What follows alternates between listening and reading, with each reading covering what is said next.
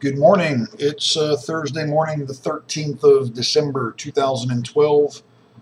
Here's the news for Panama for today.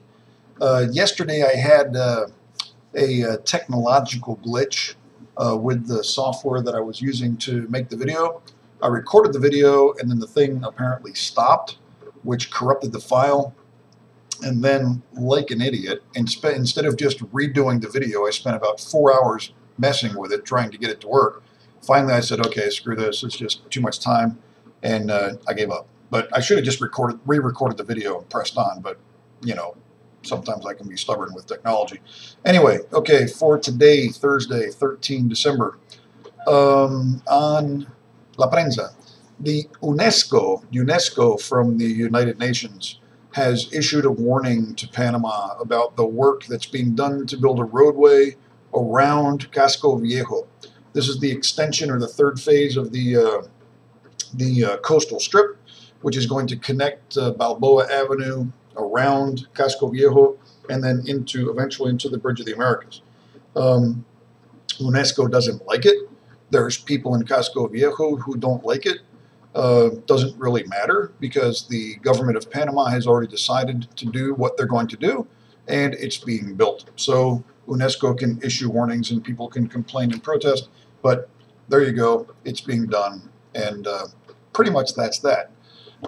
Yesterday there was, okay, off to the Panama American now. Yesterday there was an article in La Prensa talking about how the tourism authority has canceled the registration of the Coronado Resort as a tourism operation based on a conflict between Roberto Eisenman and the government of Panama over the way they did some accounting.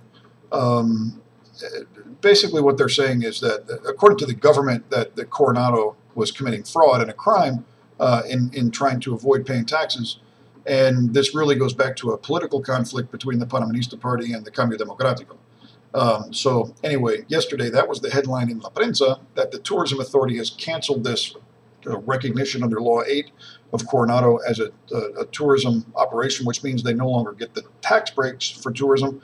And then today in the Panama America, the government answers back that in the last, well, actually since 2009, the Tourism Authority has canceled this same registration to another 107 companies. In other words, we're not just picking on Coronado, we're picking on anyone who fails to comply with the law in that respect. So there's a fight between the government of Panama and Coronado as a business. There's a fight between the Panamanista Party and the Cambio Democrático Party on a political level, and now you've got warring headlines between the Prensa and the Panama America in the news. So anyway, that's something that's been going on. Okay, in the Estrella, Anibal Sales, who is a Supreme Court judge, his term in office runs out on the 31st of December this year. So President Martinelli now has to name a replacement. He hasn't done that yet. He needs to get it done, and now there's rumors that he will designate the current Attorney General, Jose Ayu Prado, and elevate him to the Supreme Court. He's already been promoted at least twice under this government. He was a prosecutor, and then after they got Ana Matilde Gomez out of the Attorney General's position, then Jose Ayu Prado was elevated to the Attorney General. So now he might be elevated again to the Supreme Court, which would give him a job for the next 10 years.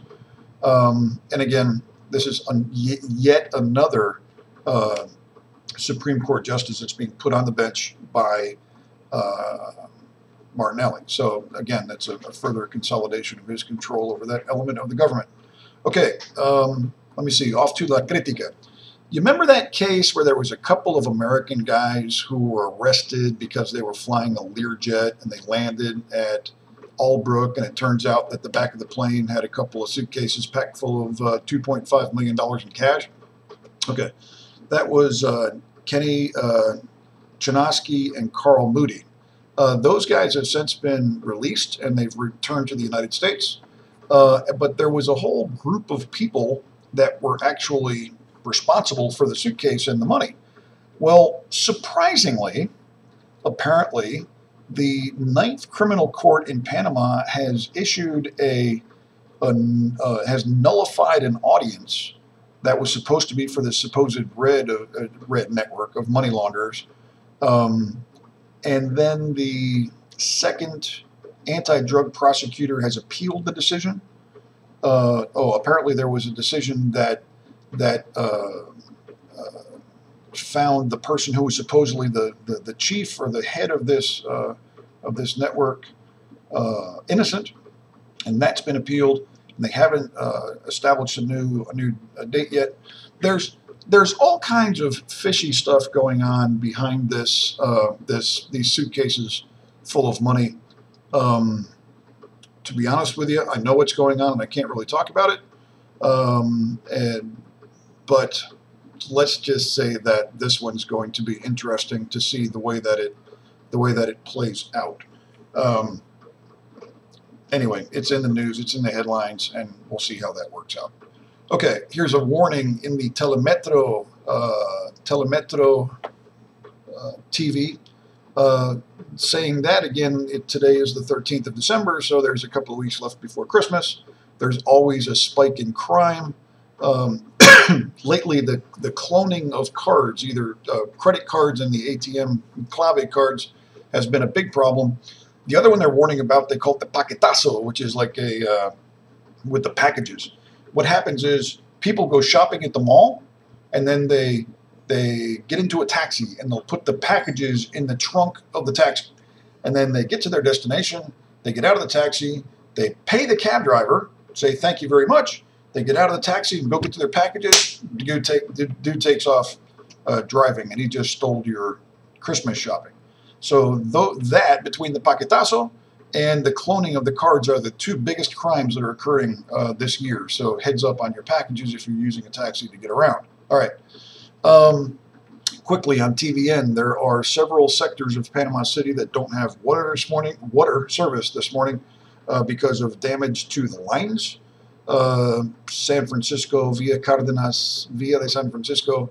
These are small localized breaks. One case, a pump burned out. Another case, a line was broken, but EDAN is on it and they're fixing them. So if you don't have water right now, it should be restored hopefully by the end of the day.